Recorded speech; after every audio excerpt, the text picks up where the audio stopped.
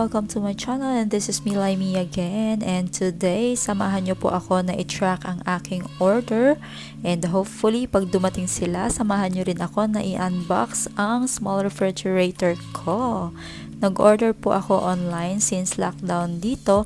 Ito po yung pinaka-easiest way para magkaroon ako agad ng ref dahil mahirap po talagang mag-store ng food without a ref. Lagi akong nasisiraan ng pagkain. So, ayan guys, track natin. Merong view order and track order dyan sa baba. In-order ko siya last April 4. So, let's track my order. Ayan, loading lang siya.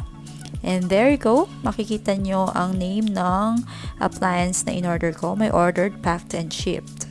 Ayan, shipped means ngayon nila i-deliver ang aking in-order. Actually, nag-message po sila this morning na ngayon nila i-deliver and it's around 3 to 5 days. Pero 5th day ngayon ng aking paghihintay and finally, dadating na siya and I'm very excited na makita na ang aking babying refrigerator. So, samahan niyo ako.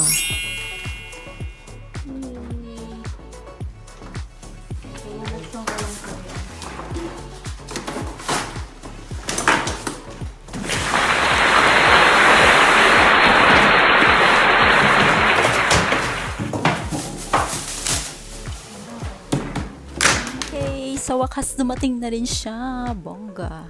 Buksan natin to. Yan. Bongga siya. Yun pala yun. Pero ang liit niya. Ano ba yan? Parang bata. Ayan. Thanks. Charam. Ang cute. Hindi, bukas na. Pero in fairness to, malaki yun dito niya, oh. Oh, tingnan mo, oh. Mas maliit yun. Okay na yan. Oo. Ito pang personal lang naman, ayos na yan. Para saan kaya to?